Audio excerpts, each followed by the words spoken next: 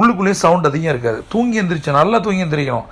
அதுக்குன்னு சரியாக நீங்கள் தூங்காமல் உடலை வருத்தி எந்திரிச்சிங்கன்னா நீங்கள் நினச்சதெல்லாம் எதுவுமே நடக்காது. சரியா எந்திரிச்சு இதை உட்காரும்போது கண்ணை மூடி உட்காரணும். சப்பனங்கள் போட்டு அகல கால் விரித்து 3 முறை மூச்சை உள்ளிழுத்து வெளியே.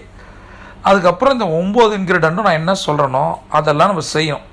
இப்போ ஒரு கேள்வி இருக்குது, என்னென்னா மெடிடேஷன் பண்ணலாமா அப்படின்னா, இதுதான் மெடிடேஷன் ஸ்டெப்ஸ் தான். இந்த 9மே பார்த்தீங்கன்னா உங்களுக்கான ப்ரொடக்டிவிட்டியை கொண்டு வரும்.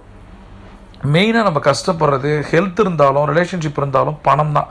பணம் இருந்தால் இந்த 2 மேக்ஸிமம் 70% வந்துடும். அப்போ இதற்கான சில விஷயங்களை பண்ணணும். அதற்கு தான் நான் சொல்கிறேன், இந்த சுபிட்ச நேரத்தில் ஹார்ட்லி 5 to 10 minutes நீங்கள் அட்லீஸ்ட் 2 to 3 minutes 5 minutes நல்ல மூச்சை உள்ளிழுத்து வெளியே விட்டு மைண்டை ரிலாக்ஸ் பண்ணி உடல் சூட்டை குறைந்து குளிக்கிறது நல்லது.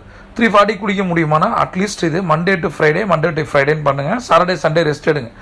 ஏன்னா திடீர்னு எந்திரிச்சிங்கன்னா கஷ்டம்.